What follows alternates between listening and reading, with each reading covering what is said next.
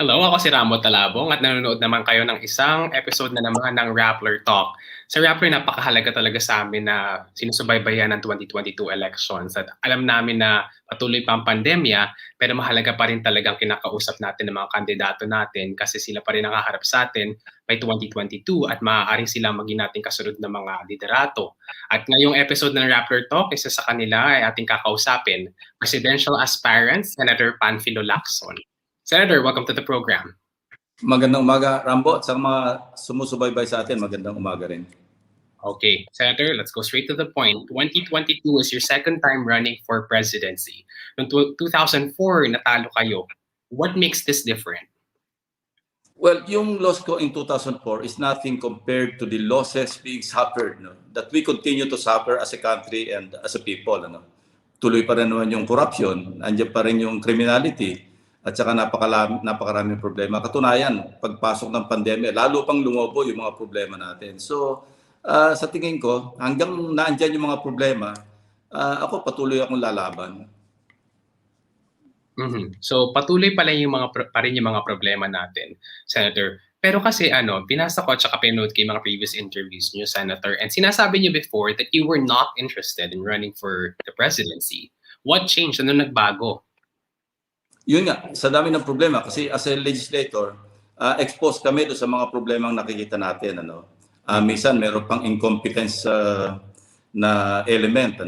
So ako naman, kami ni Senate President Tito Soto, I think we have the enough experience sa public service. And sabihin na natin, alam namin na competent kami at saka alam namin na kaya naming magpatakbo ng gobyerno sa haba ng panahon na aming pinagsilbi. Senator, I'm pretty sure you have not forgotten 2004. Are there any lessons from that time that you're going to bring into 2022? Yeah, one lesson is ulila kami noon. Ako, isa lang yung aking senatorial candidate, si ngayong Governor Carlos Padilla. At wala akong partido, independent. At ang kaharap ko noon, di ba, sina FPJ, sina GMA, na naandyan lahat ng resources ng gobyerno, particularly yung dati Pangulong Arroyo. At noon talagang napatunayan na naman yung Hello Garci na nagkaroon ng malawakang dayaan. At saka yung panahon noon, traditional yung campaigning. The usual rallies, the usual parang motorcade, kailangan doon organization. But this time around, iba yung labanan, lalo na merong pandemic at saka in this day and age of telecommunications technology, yung modern, iba yung takbo ng kampanya. And sa akin, kung issue ang pag-uusapan, palagay ko malaki yung laban namin ni Senate President. Kaya nga gusto namin elevate yung level ng discourse ng campaign doon sa issues, enough of entertainment politics kasi dito nga tayo yung nakakapili ng mga kandidato na pinagsisisihan natin pagdating ng araw. Senator, I appreciate you mentioning that we value issues, we value platforms, and in Rappler we really value platforms. Let's talk about that a little bit later. For now, we're trying to figure out the landscape for 2022, and a part of that is who's the opposition, who's the administration candidates. And recently, you pitched a unification plan for Vice President Lenny Robredo, and it didn't pan out well, was rejected. Is this the last time that you're going to pitch a unification plan for 2022? Or mag-iisip pa kayo na mas bago? I really don't know. I'm not sure. Kasi ang objective namin isa, nag-meet kami with that common objective in mind, unification. So, alam mo, yung concept yun, that's more theory than anything else. So ako naman, nagsabit ako sa kanya ng tawagin na nating action plan. But ang frustration ko nga, instead of, giving me a counter proposal or how to improve kung ano man yung action plan na inoffer ko sa kanya, outright ni-reject. So kung yun ang ating pagbabasihan, baka at hindi kami magkakaroon ng middle ground, baka mahirap nang mag-usap pa uli kami kasi sayang lang yung oras. Dahil yun ang disappointment ko. Ang inasahan ko sana sagot niya, sige pag-aralan natin yan, i-consult ko sa aking mga supporters, mga advisors, kasi hindi ganyan kasimple. And I admit, talagang may complications yung aking proposal. Pero wala pa naman yung mechanics . ang ina-expect ko sana, pag-usapan namin yung mechanics, like for example, hindi naman kaming dalawa lang ang magde-decide yan eh. Hindi ba? Kailangan ikonsulta rin namin sa mga kanya-kanya kaming supporters para hindi naman sila feeling na parang na naloko o kaya na short change. Dahil alam mo, isang mahirap sa isang kandidato yung mga supporters mo parang sa gitna ng laban, ang feeling nila inabandon mo sila. Alam ko rin yon at yun din ang kanyang ini-invoke.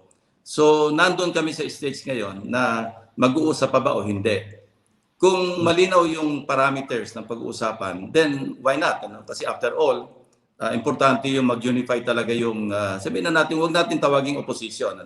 Yung non-administration candidates, para na sa ganun, yung 6 years na under this administration, mapalitan naman o magkaroon ng pagbabago. And nagkakaisa naman kami lahat doon. Mm-hmm. Senator, so bukas pa rin ang pintuan. Kailangan niyo pa rin gawin talaga ito kasi the chances are bleak if you're not going to unite. That is the bottom line. Ang problema, kung hindi magkakasundo at puro concept yung pag-uusapan, kasi alam mo, iba yung, ang position ko lagi, kasi military training ko taught me na hindi po pwedeng usap lang ng usap ng concepts, ng theories. Kailangan dito, i-operationalize natin. Ang feeling ko, kapag nag-usap ng concepts, wala, we can just arrive at nothing but yung filing cabinet. Kasi concepts yan eh. Mag-e-end up lang yung usapan, ipapile lang natin yung sa filing cabinet. Kaya ang gusto ko agad, kasi time is precious, pag-usapan natin paano natin i-concretize. Kaya nga, nung biglang ni-reject, for the same reason, na ang sabi niya kasi, kaya niya ni-reject, natatandaan ko, kasi na-experience niya na nung tumakbo siya, I think for mayor, noong nakapile na siya ng COC, nag-withdraw siya. Pero ang experience niya, may mga bumoto pa rin sa kanya, so na-stray votes. So ngayon, that is the same reason na sinasabi niya na hindi pwedeng pag nakapile na aatras pa. Parang hindi ko ma-reconcile yun na Rambo. Mm-hmm. So merong parang past trauma si Vice President Lenny Robredo and kayo naman parang it's not a problem for you. Now for me, Senator, because right now you and Senate President, of course, Vicente Soto, you are pretty much dead set for 2022. How will this fit in place in a unification plan? Are you still willing to relinquish your own candidacy as you're pitching the relinquishment of other candidates? Ikaw at saka si Senate President, pwede ba kayong pakawalan yung inyong pagtakbo?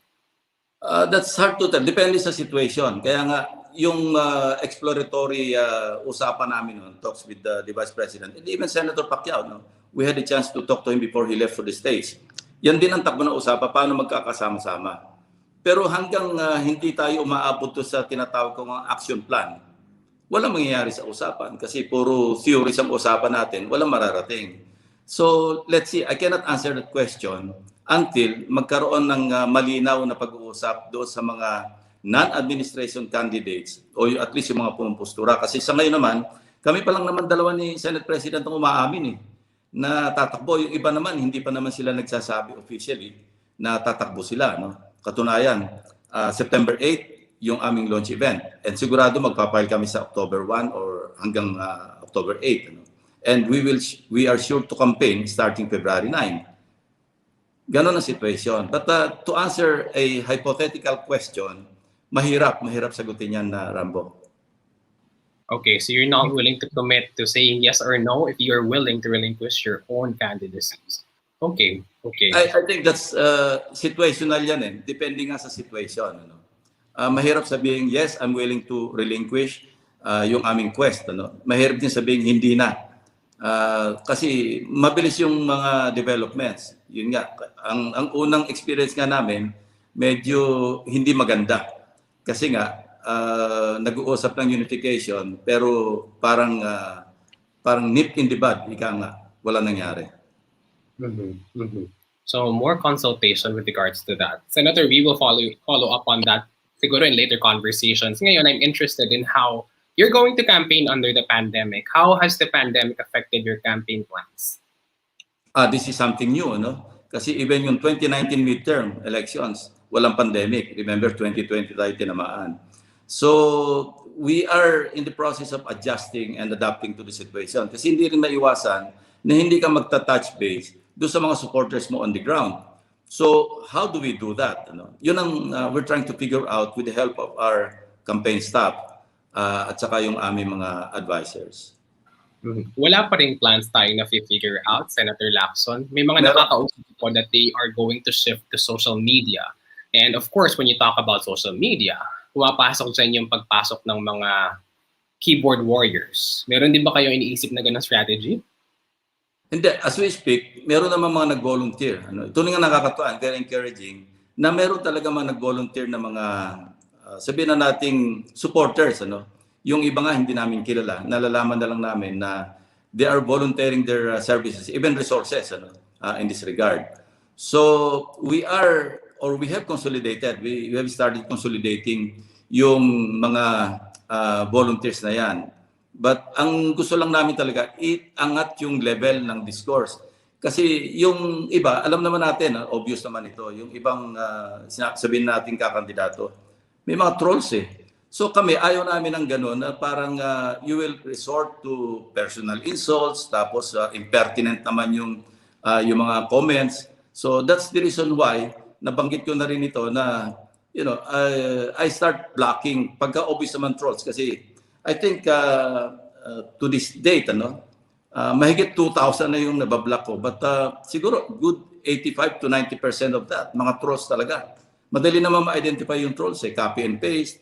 Pagkatapos parang ang pattern ng kanilang mga comments o yung kanilang mga replies sa mga tweets or kung saan man sa social media platforms, eh ang layo do sa usapan. So, ano yung strategy? Ako, advocate ako ng free speech. Pero pag alam naman natin na intention lang na i-ruin yung day mo, insultuhin ka para ikahon ka doon sa makipagbakbakan kasi hindi mo naman alam kung ano yung purpose o hindi mo alam kung tao ng totoo o ito, makina lang yung mga keyboard warriors, di ba sayang yung oras? Mas maganda pag-usapan yung issues. Ako, I have responded to some criticisms sa social media platforms, pero issue ang pag-uusapan namin. Sinasagot ko sila, pero pagka obvious naman na iba na yung tumbok ng mga responses, sorry na lang kasi wala naman akong time kasi marami rin tayong trabaho. So, Senator, you're against the use of keyboard warriors, of trolls, to feed up anger or discourse for your own campaign. And you will also be telling your supporters not to employ trolls. Tama ba? Yes, tama yun. Kasi what's good for the goose, dapat yun yung treatment sa gander, di ba? Kasi kung ayaw mo, this is one thing na may pagmamalaki ko rin, na maski nung nag-chief ako ng PNP, lagi in-emphasize ko yung leadership by example. Kasi you cannot, if you cannot practice what you preach, then kalimutan mo na yung pagiging leader mo. Kasi kung ikaw mismo nagbabiolate ng mga pinatutupad mo sa mga tauhan mo, what for? What's the essence of leadership? Di ba? Okay. And ngayon, mahirap magkampanya, Senator, kasi hindi kayo makapag-personal handshakes and you're vulnerable because you're above 70 years old, right? Paano yung strategy nyo? So you have social media. Where else will you put your resources and time for to expand your base? First, Rambo, may young 73 years old. No? I'm a young 73-year-old. Kaya hindi ko problema yung physical exertion. Pangalawa, yes, talagang kailangan, sinabi ko nga kanina, kailangan mag-adapt tayo doon sa prevailing conditions sa ating bansa or sabihin na natin buong mundo. Kasi you cannot go around as much as you want to go around. Yan ang situation. And ano lang naman yun parang par for the course pare-pareho lang naman yung situation namin. So, ganon. But, to go down to the level, yung gutter na gusto ng mga iba, yung at least mga supporters, I'm not saying na alam ng mga principal nila yung ginagawa ng mga supporters. Pero talagang minsan, hindi mo talaga magugustuhan yung ginagawa ng ibang supporters. For example, noong nagkaroon kami ng, huwag natin sabihin sagutan ni Vice President Lenny, talaga yung attacks, talagang hindi mo talaga maintindihan. At saka obvious naman kung saan nanggagaling. Senator, let's talk about messaging, your own branding for 2022. Sinasabi nyo na kayo senior in this campaign, ikaw at saka si Senate President, marami na kayo experience sa gobyerno. Pero syempre, itatanong dyan, ang tagal nyo na sa gobyerno, bakit hindi nyo binago habang nandyan pa kayo? Ang dami namin nagawa. Siyempre, nung chief PNP ako, ang dami ko rin naman na ipakita na kaya nga highest approval rating yung PNP in history. At natigil yung mga kotong, tapos yung disiplina ng pulis. I think I have the track record to show. And nung senador naman ako, napakita ko rin how integrity can serve well our people.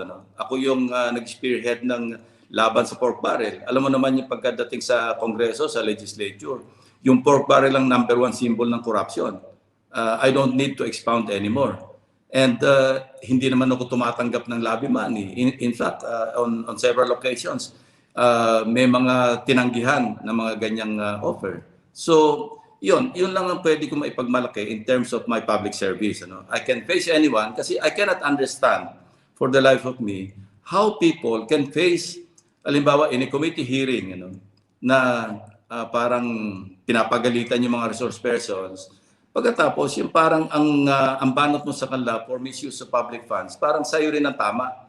I cannot imagine going out of my house, looking myself in the mirror, na meron akong attendan na committee hearing. Pagkatapos, hindi ako yung, ibig sabihin, wala akong karapatan, wala akong moral ascendancy to question yung mga misuse of public funds sa mga committee hearings. So that's where I am right now. And I'm proud of my public service. All my 50 years, sabi na almost 50 years kasi sa military, sa police, at saka sa Senate. Okay, you're proud about your integrity, your public service. Now, let me give you a hardball, Senator Lacson. And I think ito papaulit-ulitin kong itanong sa inyo bilang tatakbo kayong Pangulo, as far as we know. You are branding yourself as the General ng Bayan. Talagang pinagmamalaki niyo that you're for peace and order, crime, following the law. But then, one hole in your career, as in nawala kayo literally, is in 2010, 2011, nung naging kayong fugitive, you yourself avoided the arms of the law. Does that not contradict the image of you being General ng Bayan, itong taong pinagmamalaki na sumusunod ako sa batas, pero ikaw mismo, umilag ka sa batas for a big chunk of your life, for over a year? Okay, Rambo. I was a fugitive from injustice. Alam kong I was being set up. Alam ko because I had information at the time. Na talagang ang purpose lang ng dating Pangulong Arroyo, pati yung kanyang asawa, si First Gentleman, makulong ako by virtue of a warrant of arrest. Alam nilang wala silang kaso against me. Sinetap nang nila, kinausap si Colonel Mangkaw para mag-testify at mag-incriminate. Kaya nga ang ruling ng Court of Appeals yan, parang incredible witness, sabihin na natin, at napabalibaligtad yung kanyang testimonya. At nag-apologize naman siya sa akin. Dahil sa ginawa niya, hindi lang sa akin, pati kay President Erap, sinabi niya na napag-utusan lamang siya. So alam ko lahat yung bago mangyari yun. But Rambo, I did not get out of the criminal justice system. The reason why I became scarce is because my lawyer advised me na merong bagong jurisprudence na even in the absence of the respondent, in spite of the issuance of the warrant of arrest, pwede pang mag-file ng pleadings, aandar yung kaso. Without that, wala akong choice but to face incarceration, sabihin na natin kasi hindi uusad. But when I was told, nung sinabihan ako ng aking abogado, yes, pwede ka. I'm not advising you, sabi niya, pero pwede. Aandar yung kaso. And ganun nga nangyari. And I proved myself innocent in the end. Court of Appeals, and tapos yung Supreme Court in-affirm yung Court of Appeals. So, I cannot, ang isang inisip ko noon, I could not imagine or allow myself na pagtawanan ako ng administration noon na nasa loob ng karsel for something that I did not do. Yun ang importante. But I did not get out of the justice system. So, hinarap ko yung aking kaso, but in a different way. Sabihin na natin, hindi ako nasa loob ng four walls ng kulungan, pero I was living the life of a prisoner also.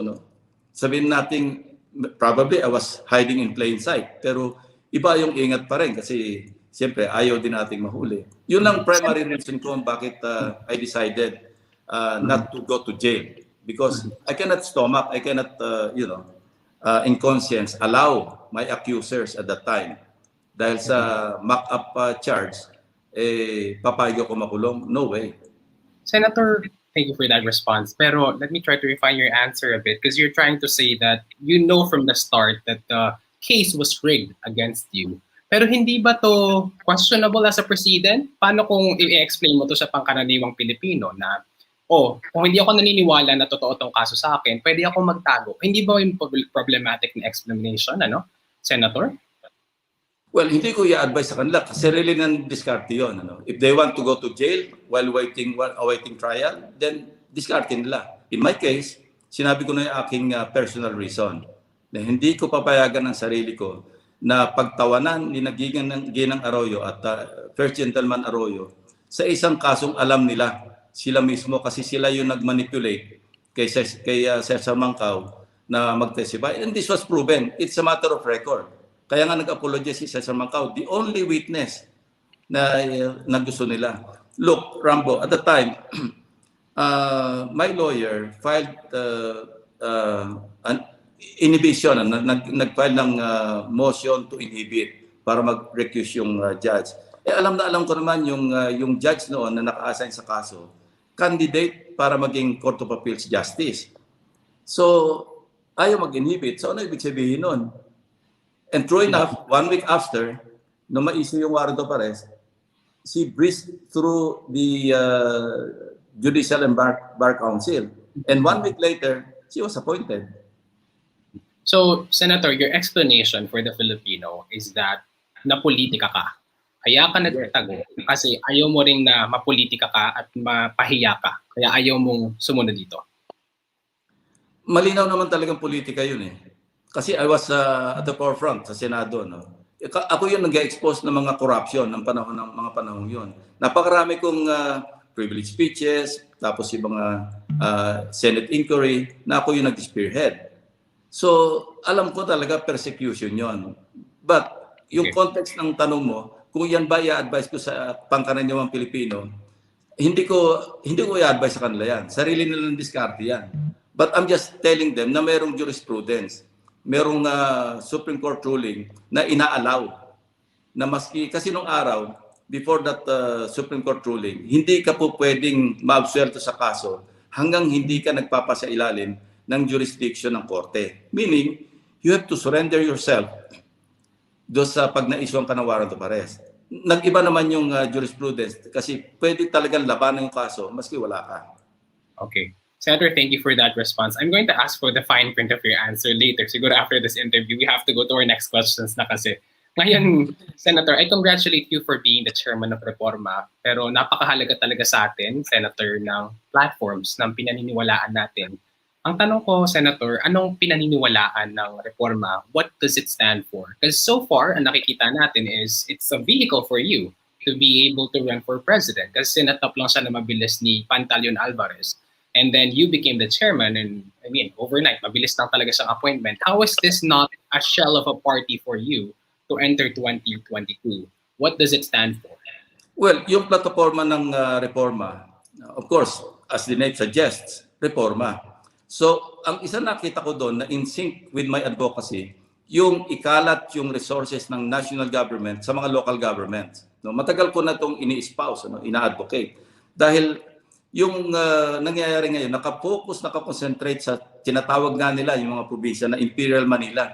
Bakit naandyan na lang lahat ng resources? When we went around yung tinatawag namin Tour of Luzon, ito rin yung hinaing ng mga nakausap namin, business leaders, pangkaraniwang even religious, sinasabi nila hindi nakakarating sa kanilang resources. Kaya sinabi ko sa kanila, matagal ko ng advocacy yan and wala pa itong reforma at that time. Na kailangan talaga, it's about time na pansinin naman natin yung mga local government units. Katunayan, during the last deliberation of budget, ako mismo nag-question kay DBM Secretary, bakit 20% lamang ng ini-endorse ng Regional Development Councils ang ina-adapt do sa National Expenditure Program? Meaning, pag sinabi mong Regional Development Council, ang pinanggagalingan nito from barangay, municipality, saka city, saka mga provincial development councils. Bakit hindi pinapansin? Dahil yung culture of mendicancy, lagi na andyan. Naglulumuhod yung mga governors, mga mayors, mga barangay chairmen, pupunta ng national government, mga agencies, para magmalimos. culture of mendicancy, yung dole-out mentality ng ating mga kababayan, hindi na nawala. Kasi yun ang source of power. Now, I want to change that. Ang gusto ko, mag-develop on their own. Bigyan ng autonomy yung ating mga local government units para maging productive at mag-compete para na sa ganon, tumaas yung ating antas ng ating ekonomiya. This sounds like federalism to me, Senator. Tama ba? No. Are you going to push for charter change? No, not federalism. It is just a matter of dispersing resources to where it should be dispersed. Kasi nga, neglected. Look, when this was, I think, in 2016, may nakausap ako isang mayor na ang kanyang local revenue, 1 million pesos a year. Ang kanyang IRA, 23 pesos. 23 million pesos. Yung 23 million, only 20% under the IRA, under the local government code, ang pwedeng gamitin sa development. So, sabi ko, paano ka makakaahon from a 5th class municipality to even 4th class kung ganyan yung situation mo? At naintindihan niya na kailangan talaga yung resources ng national government, ibaba naman. Kasi I did this when I was chief PNP. Nung dumating ako doon, 60% of the funds, even logistics, nasa krami, nasa mga headquarters. And only 40% pinaghahati-hatian ng mga frontline units. I changed that. Sabi ko, hindi, 15% lang tayo di sa headquarters and all levels sa headquarters and 85% should be dedicated to the frontline units. After all, sila yung pambara sa kanyon. So this is nothing new. This is something not new to me. Dahil na-experience ko rin yan nung hinawakan ko yung PNP. And what happened?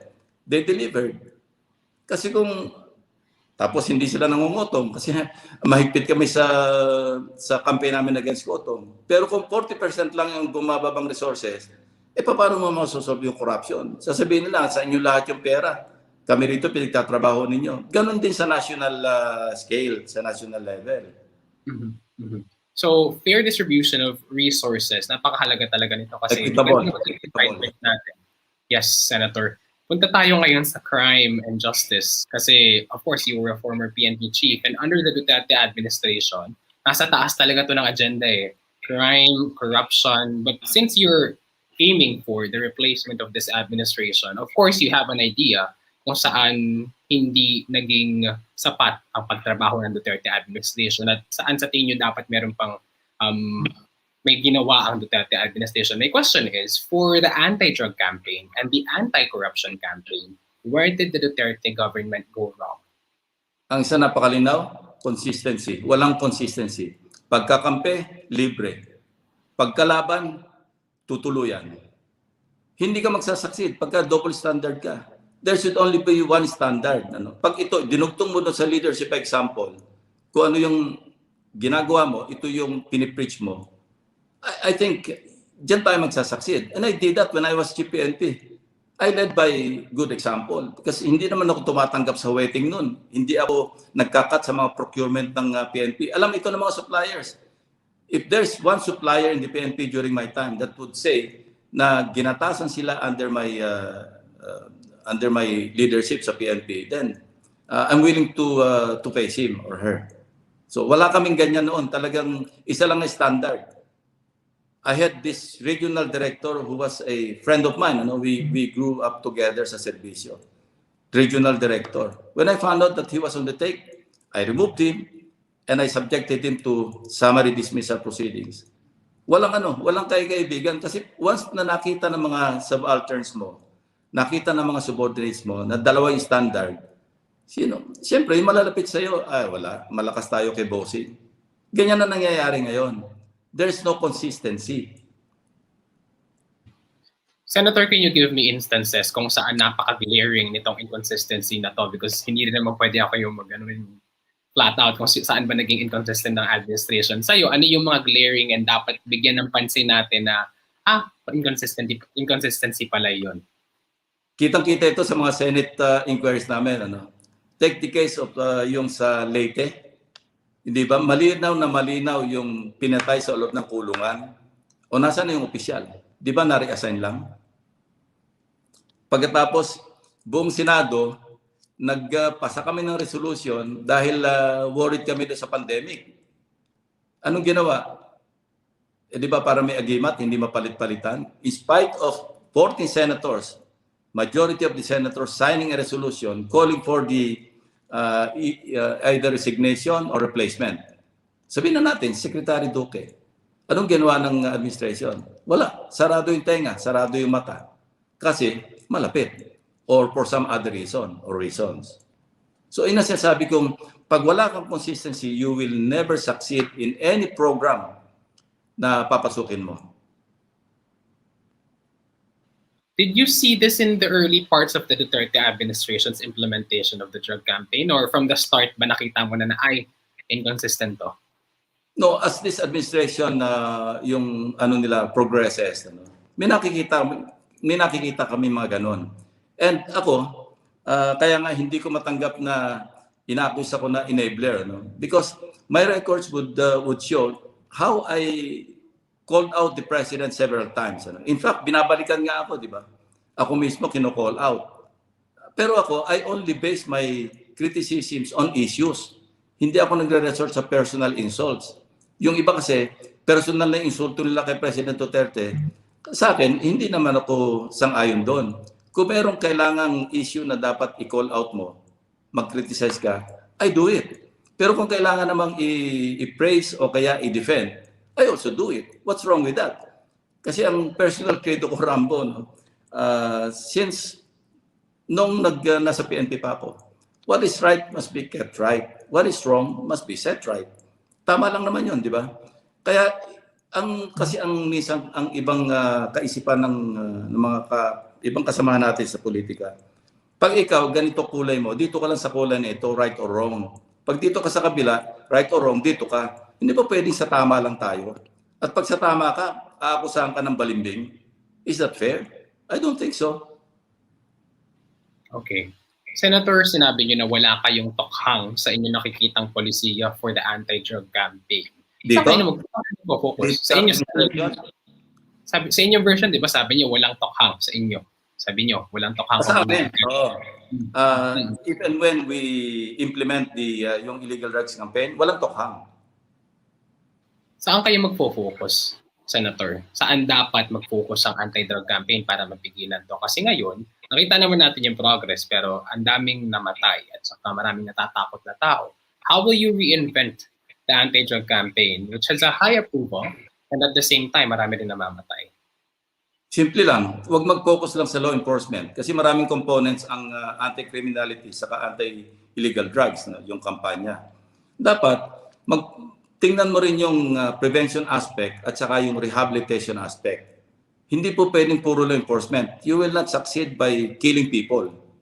Hindi mawawala yung droga. Pero pagka tiningnan mo yung ibang components ng fight against illegal drugs, there's a great chance to succeed. And ito, nag-uusap na kami ni Senate President, he will take care of this because of his vast experience as Vice Mayor, tapos as DDB Chairman. Ito yung isang hiningi niya sa akin actually nung kinonvince na ako not to close my doors. Dahil ako talagang decided na ako noon na sabi ko parang sobra na rin yung taon ko sa gobyerno. But then sabi niya, yun ang kanyang advocacy. Gusto niya labanan ng illegal drugs. Okay. Another advocacy of this government that of course, if we're going to win in 2022, mamanahin niyo itong polisiyang ito.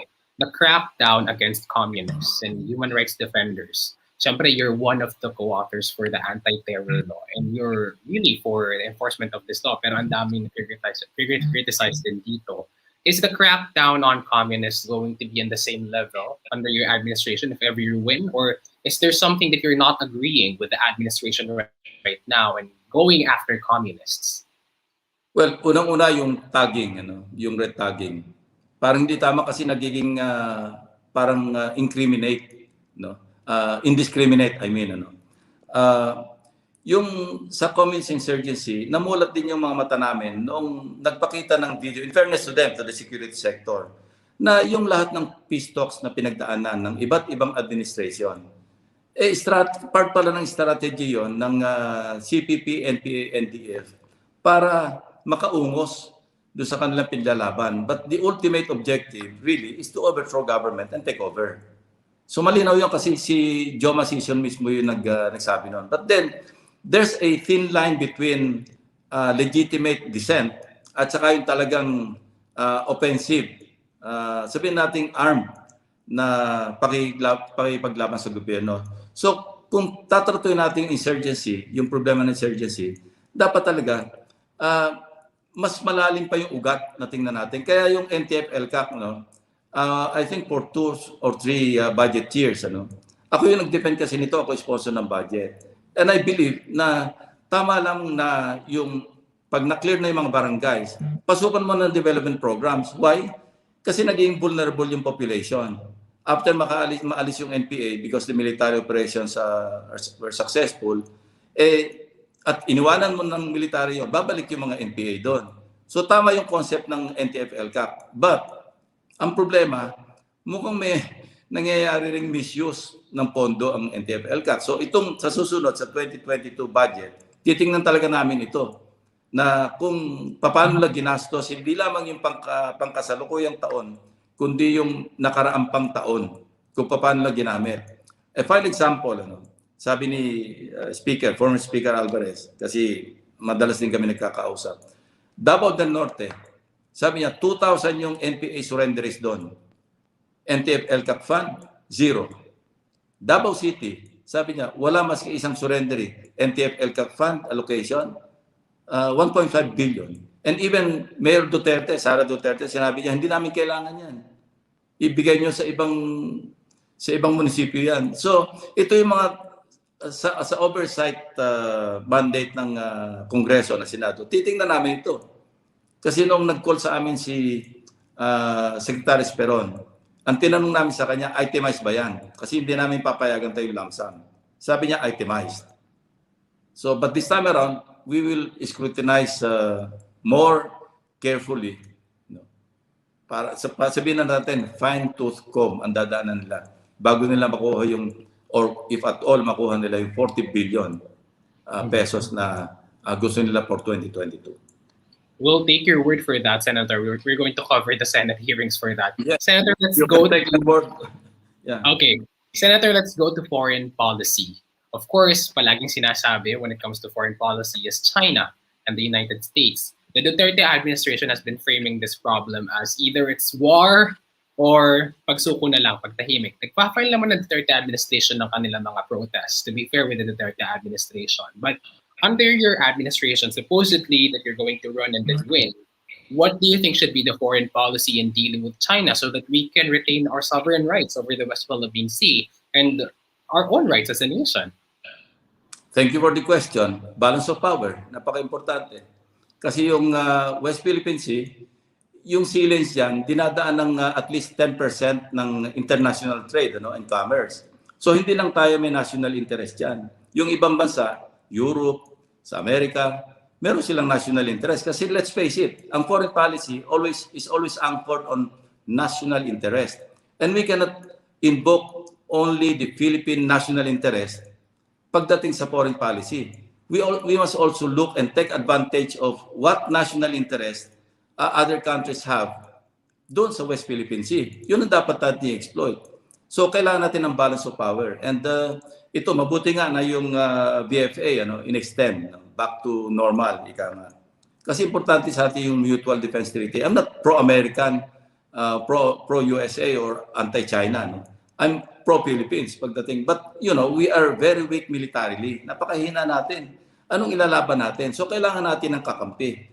Ang problema, under this administration, dinadrive away nila yung kakampi. Di ba? Ayaw nila. Samantalang wala naman tayong laban. Ang option naman dyan, hindi lamang war or kowtow to China. Hindi lang yun ang options or choices. Meron tayong isang choice, yung balance of power. Pag yun ang nawala, kakainin talaga tayo ng China. Unti-unti na nga, di ba? Mga isla dyan, nagkawala na. So we must always bear in mind na there's such a thing as balance of power. Senator, ano tong sinasabi yung balance of power? Kasi parang medyo mahirap siyang intindihin. Are you trying to say that we should find allies with other countries, including the United States and especially the United States, to rally against China? Ito bang sinasabi niyo? Pakipaliwanag lang in simple ang terms. Balance of power is hindi pwedeng gawin ng China kung ano yung gusto nilang gawin. Kasi alam nila may nakaabang. And not one country, no matter how militarily powerful, ayaw naman lang ng gera. Because in this modern warfare, pindutan lang ng buttons ito. And knowing that, I don't think they will go to war unless talagang extremely, extremely necessary. So we must maintain or at least capitalize on the balance of power. Kasi sabi ko, ang premise ko is, hindi lang tayo ang may national interest yan. The whole world, yung mga countries na malalakas, meron din silang national interest and we should capitalize on that. Kaya ang balance of power is yung ambaan, di ba? Na hindi magagawa ng isang bansa yung gusto nilang gawin kasi alam nila meron ding counterforce na nakaabang dyan. Not necessarily going to war with each other or starting World War III because I don't think maski anong powerful na bansa gusto makipaggera in this day and age of modern warfare. So anong itsura nun, Senator? Magde-deploy tayo ng mas maraming Navy ships doon? Because you're saying that even if China is aggressive there, they want to maintain the balance of power. Kahit na maglagay tayo dyan ng maraming barko, they will not... Hindi tayo. Balance of power meaning we should open, yung foreign policy natin should always be geared towards our national interest. Na gamitin natin yung parang proxy na dahil meron naman tayong existing na mga bilateral agreements with the United States, Australia, even Japan. Tapos maski yung European Union, di ba, countries, they're willing to also maintain their presence there. Kasi nga, trade and commerce ang pinag-uusapan. So hindi naman, ang ibig sabihin ng balance of power, hindi tayo makikipagbalanse. But there are a lot of opportunities na pwede nating magamit para ma-invoke natin yung tinatawag na balance of power. Ito yung girian. Ika nga, kasi kung walang nakikigiri na iba, talagang kakainin lang tayo, lalamunin tayo. Wala tayong kalaban-laban. Tapos, yung mga pronouncements pa natin, parang defeatist pa, di ba? Na baliwala yung arbitral ruling victory natin. Yun, hindi nakakatulong yun. Pero kung ini-invoke natin lagi yun, anyway, it's there, it's permanent, but it's not enforceable. Tama si Presidente doon. So, hindi na nga enforceable, pero alam mo, nagbasa ako ng literature tungkol sa mga victory sa mga arbitral rulings. Ano? Only time will tell kung kailan aatras yung natalo. Meaning, natalo na pero ayaw magpa-implement. Anong number one cause? International pressure. That we don't aspire for. Wala tayong ina-aspire na international pressure on China para i-withdraw nila at kilalanan nila yung arbitral ruling. No? Walang ruling na naipatupad sa pamamagitan ng giyera at saka madugo yun. So kailangan natin ng maraming kakampi dito para yung bansang China, ma-realize nila na parang nag-iisa sila dahil yung ruling maraming gustong tumulong para ipatupad. Okay, Senator. Let's go to the imagined presidency of Senator Lacson kung sino ka kung naging kang Pangulo. Ang gusto ko unang tanongin, Senator Lacson, if you win as president is, what do you think about the militarization of the government under the Duterte administration? Ang daming mga former generals, former colonels na ina-appoint sa mga posts kahit na hindi naman sila masyadong experienced. If ever you win as president, will you do the same thing? Or do you agree with President Duterte's idea that military men are trustworthy and they are disciplined enough for these roles? No, putting the right men do sa tamang job description, yun ang key. No? Regardless kung abogado ba yan, doktor ba yan, military ba yan, hindi dapat nating itingnan kung saan ang galing. Ang tingnan natin, ano ba yung capability, ano ba yung qualification, ano ba yung competence ng tao ilalagay mo do sa pwesto. Ang karamihang pagkakamali, maraming pagkakamali ng even yung past administrations, ang nangingibabaw yung loyalty ba? Minsan nakakalimutan na yung competence. That's why we see people in government na alam nating walang competence and yet they're there because they're close. They're friends with the president. I think that should stop. Alam mo, ang Singapore kaya sila successful, si Lee Kuan Yew, kasi talaga ang nilagay niya sa mga pwesto, yung tamang tao, hindi dahil sa pakipagkaibigan. I'm not saying that we should go the way of Singapore, but we have our own ways kung paano i-uplift yung standard ng ating government. Kasi, alam mo, let's face it, what is the biggest problem of this country? Sa akin, it's government, bad government. And the solution lies in the face of the problem itself. It's good government. Ganon din ako sa PNP noon eh. Tinanong ako ng mga media sa Krami. General, ano yung nakikita yung number one problem ng PNP? Ang bilis ng sagot ko eh. Sabi ko, PNP. Ang solusyon dyan, PNP rin. Magre-reforma kami sa sarili namin and we can solve a lot of problems. So nung nawala yung kotong sa kalsada, nawala bumalik yung disiplina ng pulis, ang dami namin na-solve na problema. Hindi lamang sa PNP, kung hindi sa society. Bumaba nga yung presyo ng mga gulay nun eh. Kasi naglalaan yung mga vegetable dealers, yung mga traders, as high as 3,000 pesos a day para sa kotong, para sa checkpoints. So what did I do? I dismantled all checkpoints. Kaya ngayon, hanggang ngayon, yung mga matagal ng yung nakinabang nung araw, hanggang ngayon nagpapasalamat sila sa akin. Na nung araw daw, na nawala yung kotong, ang laki ng naganansya nila. Translated, alam mo, maliit na bahagi lang yon. Pero na-translate yon, medyo bumaba ang gulay, ang presyo ng mga bilihin sa mga markets kasi walang kotong. Yung mga chuper, jeepney drivers, first time daw sila nakapag-Christmas party. I think this was in 2000 or 1999. Ngayon lang kami Christmas party kasi ang nasisip ng bawat driver sa isang araw noon, 300 pesos. Hindi ako nagsasabi nito. Sila yung nagsabi sa akin na ganyan yung experience nila. No, when I got out of the PNP, slowly, nagbalikan. Okay.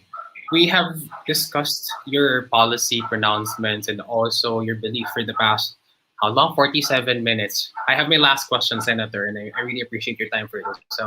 Fill in the blanks. It's pretty much a simple question.